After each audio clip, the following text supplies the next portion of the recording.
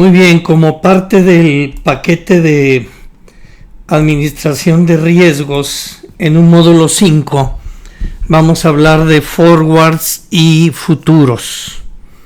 Básicamente modelos de evaluación de forward y futuros. Generalmente podemos decir que hay dos tipos de activos: activos de inversión y activos de consumo.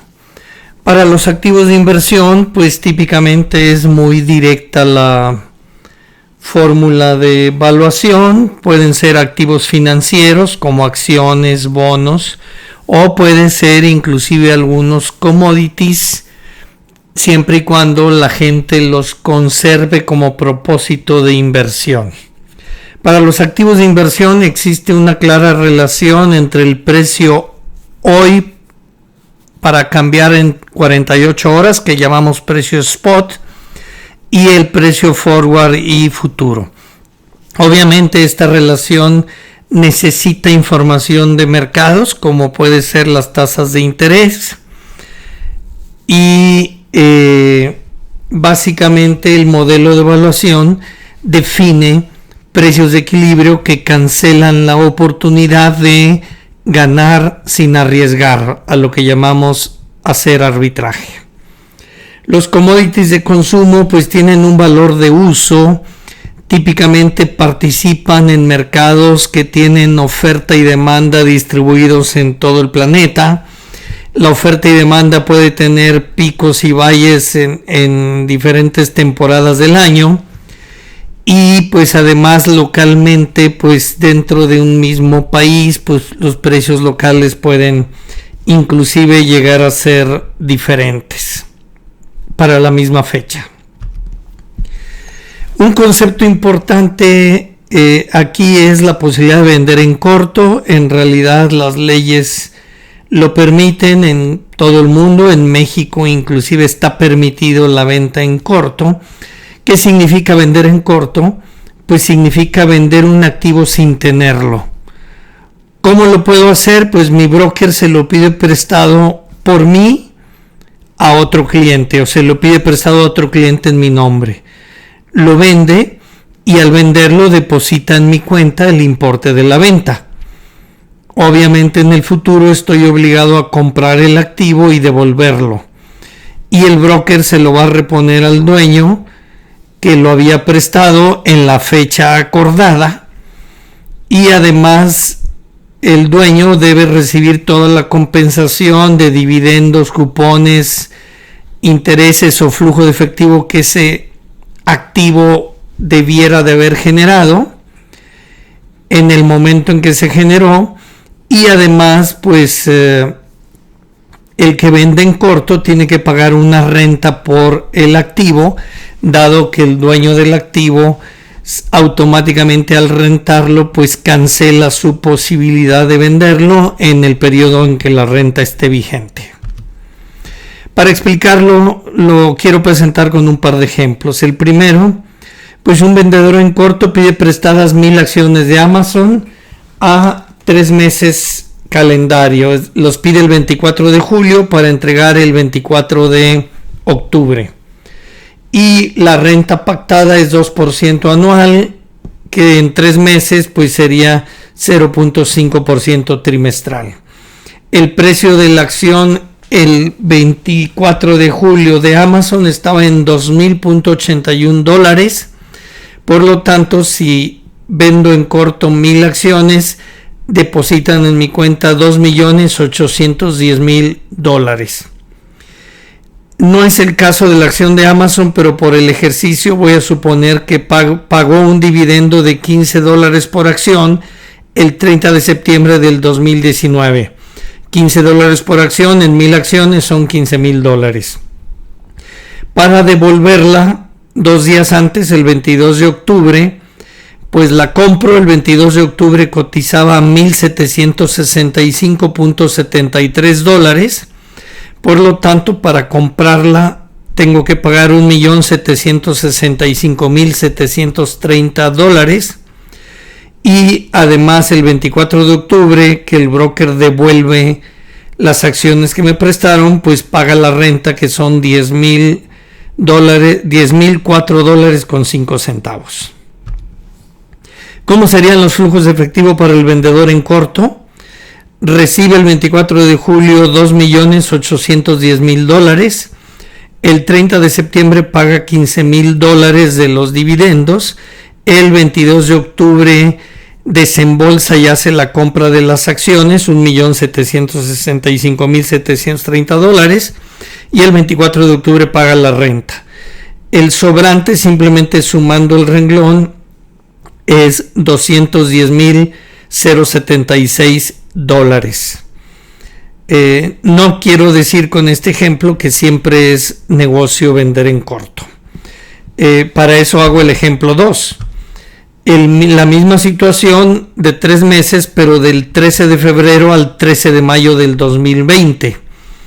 El 13 de febrero cotizaba $2,149.87 la acción, por lo tanto me depositan en mi cuenta $2,149,870. El 11 de mayo, que la compro de regreso, ya cotizaba en $2,409, de tal manera que los flujos de efectivo en la misma tabla tienen un resultado de menos $284,879. Simplemente lo hago para no hacer notar de que vender en corto siempre me va a permitir ganar dinero. ¿Qué son los derivados? Pues son los activos financieros que derivan su valor de un subyacente. Y básicamente, pues la fórmula mostrada aquí en la pantalla, pues nos muestra esa relación. El valor futuro hoy de ese contrato, el valor de ese contrato hoy en el futuro es igual al valor spot hoy multiplicado por exponencial de tasa de interés al tiempo. ¿Qué supuestos y qué expresiones en realidad son importantes? Bueno, un supuesto es que no hay costos de transacción, es decir, que yo decido vender y se vende y nadie cobra comisión, que no hay un bid y un ask, es decir, que es el mismo precio de comprar o vender, no hay un beneficio fiscal especial por alguna operación, la tasa libre de riesgo es la misma activa que pasiva, es decir, para invertir que para pedir prestado, y si hay oportunidad de arbitraje, también suponemos que va a ser aprovechada por los participantes en el mercado, llevando los precios a un nivel que cancela las posibilidades de hacer arbitraje. ¿Cuál es la notación? Bueno, pues ahí tenemos la expresión F de T es el valor en el momento T del contrato de futuro, S de T es el valor en el momento T del precio spot. Si futuro y spot lo refiero al día de hoy, pues es subíndice 0. T es el tiempo en años para hacer la entrega, y T minúscula es el tiempo que ya pasó, de tal manera que siempre en esta expresión me queda el tiempo que me falta. R es la tasa libre de riesgo, cupón 0.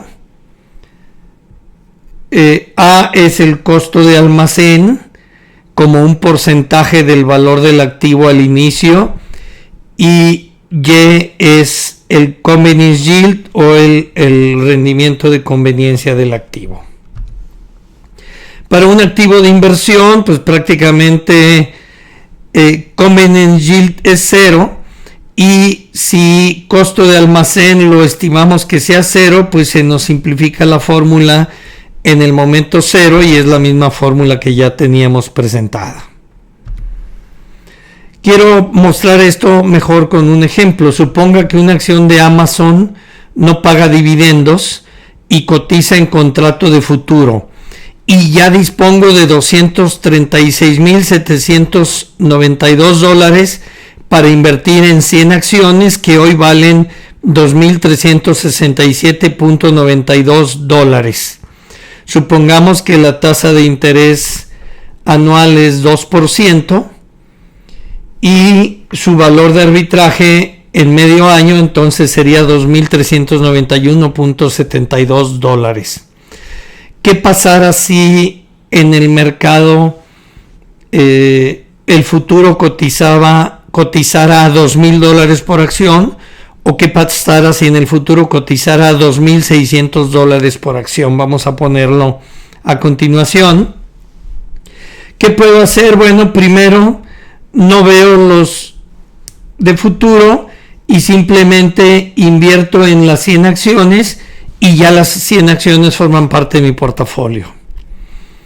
Si el precio en futuro estuviera a $2,000, pues a mí me conviene comprar un paquete de acciones a futuro y mientras invierto mi dinero libre de riesgo de tal manera que en 6 meses me va a generar $239,000. Si yo las pacté a $2,000, 1,000 acciones, pues tengo que 100 acciones, tengo que pagar en 6 meses $200,000. Yo ya tengo $239,000 y además de tener las acciones en mi portafolio me sobraron $39,000, es decir, hice arbitraje. ¿Qué pasa si el precio en futuro estuviera a $2,600? Pues yo vendo a futuro y ya sé que en 6 meses voy a cobrar $260,000.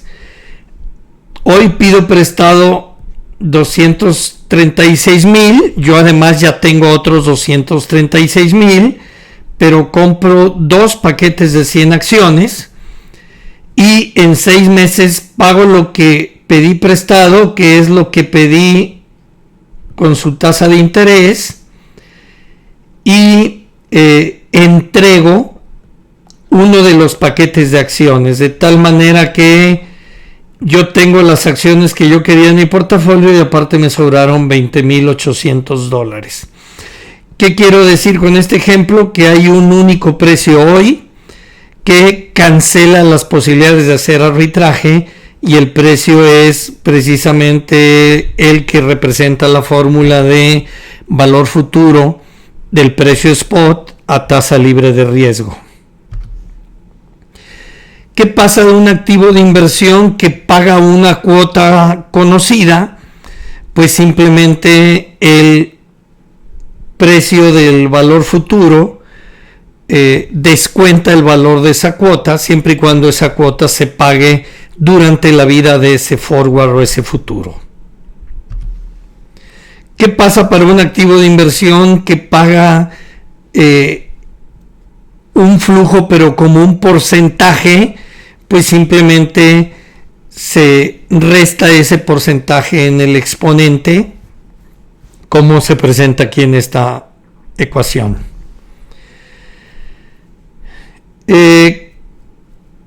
¿Cómo se negocia un contrato forward? Pues un contrato forward de partida se negocia para que esté en equilibrio, es decir, que valga 0. Sin embargo, al paso del tiempo, su valor puede cambiar, positivo o negativo. Para el que tiene la posición corta en forward, pues su valor cambia si baja el precio futuro y él pactó un precio superior, su valor sube. Para el que tiene una posición larga, su valor sube si el precio de futuro excede el precio pactado.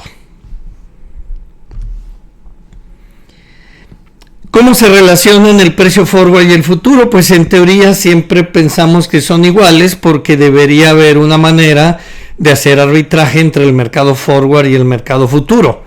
Sin embargo, investigaciones han encontrado que con incertidumbre y volatilidad en tasas de interés, si hay alta correlación positiva entre el valor del activo y las tasas de interés, pues el precio del futuro siempre va a ser un poco superior que el precio forward. Si hay alta correlación negativa entre el valor del activo y las tasas de interés, el precio del futuro será menor que el precio forward. ¿Qué pasa si quiero invertir o quiero observar futuros en índices? Pues puedo pensar que el índice es un activo y típicamente el índice está pagando dividendos. Es decir, el dueño de un índice tiene un dividend yield y tiene un capital gain yield, y su rendimiento total está formado por cambio en precio y por los dividendos. A una tasa porcentual Q, pues podemos representar que el índice se puede evaluar de la misma manera en que lo presentamos en una transparencia anterior. Ahora, si este índice vale en la misma divisa que se está evaluando, pues es válido. Si es en otra divisa, pues hay otros elementos en juego. Por ejemplo, en mercados internacionales puede cotizar el índice de precios y cotizaciones de la Bolsa Mexicana de Valores y se mueve en su valor de índice, pero obviamente su precio está referenciado en pesos. ¿Cómo podemos hacer arbitraje en índices? Bueno, pues cuando observemos que el precio futuro hoy supera al precio spot dado en la fórmula, podríamos hacer arbitraje comprando los instrumentos que componen ese índice y vendiendo ese índice en forward y futuro. Cuando el futuro es inferior al precio spot llevado a valor futuro, el arbitraje se hace comprando el índice en forward futuro y vendiendo o quedando en posición corta en los instrumentos que lo componen. Para poder hacer esto a manera de arbitraje implica tomar posiciones casi en el mismo momento del tiempo y normalmente requiere potenciar esas decisiones con un algoritmo automatizado que esté mandando la información de compra y venta a los mercados de manera sumamente rápida. ¿Qué pasa con forward y futuros en divisas? Bueno, pues si invertimos en una divisa es como invertir en un activo que genera un rendimiento. Sin embargo, el rendimiento de la divisa en la que estoy invirtiendo está relacionado con las tasas de interés de esa divisa y por eso sustituimos Q en la fórmula con la tasa de interés libre de riesgo de la divisa extranjera. ¿Qué pasa con activos de consumo? Bueno, pues por lo pronto los activos de consumo pueden tener un costo de almacenaje y eso nos lleva a un cost of carry que llamamos. Y un activo de consumo puede tener también un valor de uso en el tiempo y ese valor de uso es un rendimiento de conveniencia y se expresa con la fórmula que está ahí abajo. ¿Cuál sería el valor de una posición larga en futuros, digamos para un especulador? Pues el valor sería el valor presente del precio spot esperado a vencimiento menos el valor presente del precio forward hoy de ese commodity. Es decir, si el precio spot a vencimiento supera al precio forward de hoy, pues va a haber un valor positivo. De no ser así, va a haber un valor negativo. Obviamente el precio spot está traído a valor presente con una tasa de rendimiento requerida por el inversionista y esa tasa de rendimiento puede tener un factor favorable si ofrece un efecto de diversificación, es decir, en los mercados, de tal manera que la correlación del subyacente con la bolsa pues me puede dar un valor presente neto positivo o negativo en función de eso.